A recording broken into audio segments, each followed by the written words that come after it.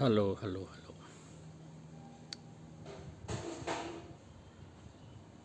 ပြီးခဲ့တဲ့2 ရက်3 ရက်လောက်က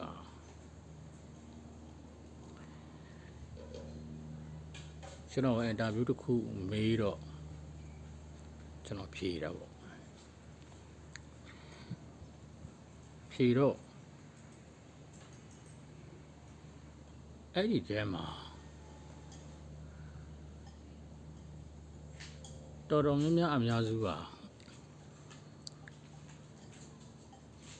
ဆဲတဲ့လူလည်းရှိတယ်ဗျာအပိတ်တဲ့လူလည်းရှိတယ်အဲ့ဒီမှာဆဲတဲ့လူအများစုကိုကြည့်လိုက်တော့ကျွန်တော်တို့ဒေသကျွန်တော်တို့လူမျိုးတွေဖြစ်နေတယ်ဗျာအဲ့ဒါကိုဝမ်းနေစွာနဲ့တွေ့ရတော့ဗျာ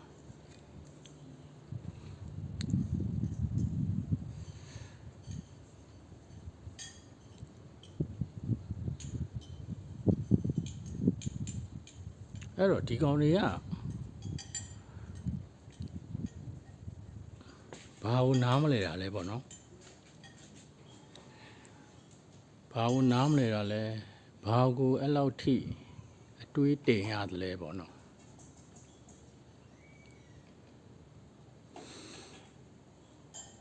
ကျွန်တော်ပြောတာလည်းရှင်းရှင်းလေးပဲ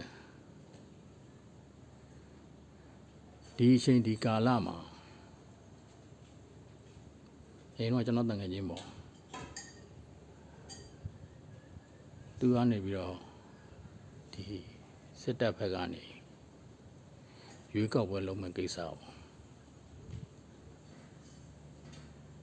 သူကဇလန်းအနေနဲ့ရိုက်ပြီးတော့ပြည်သူတွေပေါ့ဗျာမြန်မာပြည်ကပြည်သူတွေမြန်မာနိုင်ငံကပြည်သူတွေကိုမဲဆွဲတဲ့ဇလန်းရိုက်တယ်အဲ့ဒါကိုကျွန်တော်ကတော့ဒီကောက်အနေနဲ့မရိုက်သင့်ဘူးမလုပ်သင့်ဘူးလို့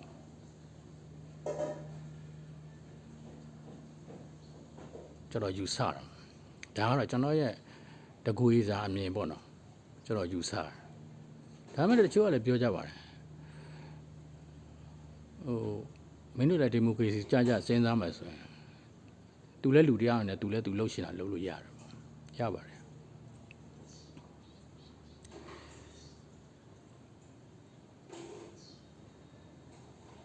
ဒါပေမဲ့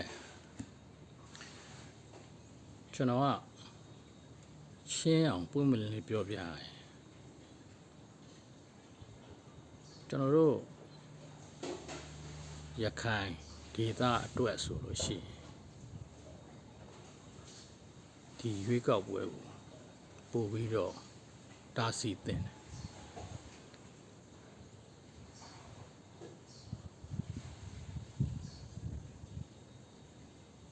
ဘာကြောင့်လဲဆိုလို့ရှိရင်အခုကျွန်တော်တို့ဒေသကျွန်တော်တို့ပြည်နယ်ဟာအခုကမ္ဘာပေါ်မှာတရားဝင်ဖြစ်အောင်ကျူးပန်းနေတဲ့အချိန်ကာလလည်းဖြစ်တယ်ဒီတော့ဒီ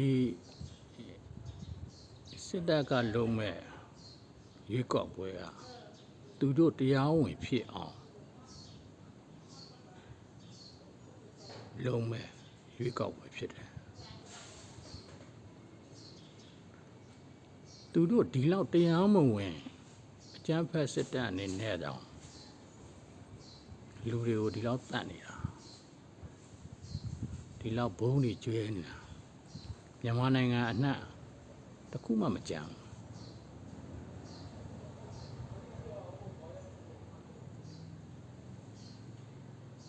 ဘုံတွေကျဲနေတာလူတွေတတ်နေတာဒါကိုသူတို့တရားဝင်ဖြစ်အောင်ဝိကောက်ပွဲပေးလုပ်လိုက်လို့ရှိရင်ဒီထက်ဆိုးတဲ့ဆိုးကျိုးတွေမြန်မာပြည်နယ်အနှံ့ကိုပို့ပြီးရောက်လာလိမ့်မယ်အခုချိန်တော့ကိုယ့်ရင်ရှိကိုတော့တကားလာမခောက်ဘူး ကိုခေါင်ဖို့ပေါ့ကိုဘုံလာမကျဲသေးဘူးသူတို့ဒီကိုသာတရားဝင်ဖြစ်သွားခဲ့ရင်အခုလက်ရှိရခိုင်ပြည်ထဲမှာဘုံလာကျဲတာတယ်10 ဆလောက်လာပြီးတော့ဘုံကျဲလိမ့်မယ်အဲ့ဒီဘုံကျဲတဲ့အခါဘာတွေဖြစ်မလဲခင်ဗျားတို့ပိုသိတာပေါ့ပို့ပြီးတော့လူတွေသေမယ်ခလေးတွေသေမယ်ဟုတ်လားဘာသာရေးအဆောက်အုံတွေပျက်စီးမယ်ရှေးအောင်ဝင်နေတွေပျက်စီးမယ်ဒါဟိုတော့ခင်ဗျားတို့နားမလဲဘူးကျော်ပိုးစအောင်မှာလာဆဲကြတာကျုပ်ရခိုင်ကြီးပဲဝမ်းနေစရာတွေ့ရတာပေါ့ဗျာနော်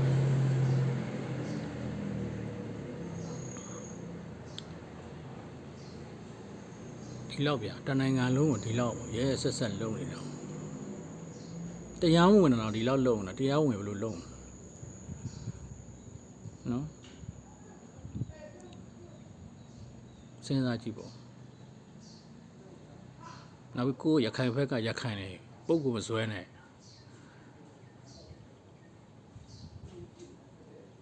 သူတို့တရားဝင်ဖြစ်သွားရင်ကိုတွေကိုအရင်ထုံးကလိုပဲတတ်မှတ်လိုက်မယ်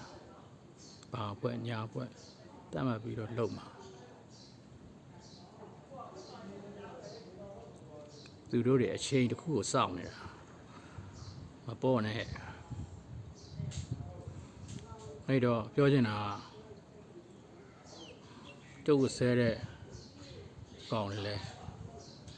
ဆဲဖို့ဗျာနော်ဒါပေမဲ့မင်းတို့အုံတော့နဲ့မင်းတို့နည်းနည်းတော့စဉ်းစားကြည့်ပေါ့အဲ့တော့ကျတို့ပြည်သူတွေကဒီစေကောင်စီကလုံးမဲ့ရွေးကောက်ပွဲကိုမရရတဲ့နည်းနဲ့တားဆီးရမှာပဲသူတို့တရားဝင်ပေးဖြစ်လို့မရဘူးဒါကိုနားလည်ဖို့လိုအပ်တယ်မြန်မာနိုင်ငံတစ်နိုင်ငံလုံးတော့ပြီးရင်ပထမအောင်ဆုံးလွတ်လပ်နိုင်တဲ့ရခိုင်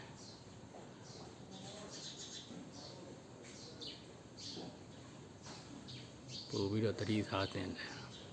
ပို့ပြီးတော့တားဆီးတင်တယ်ဒီလောက်တော့နားလည်မယ်ထင်ပါရဲ့နော်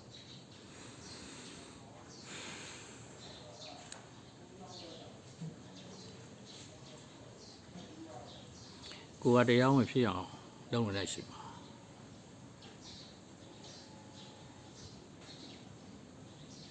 ဒီကောင်တွေကိုတရားဝင်ဖြစ်အောင်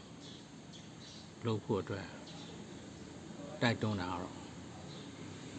မဖြစ်တယ်ဒါပါပဲเนาะโอเค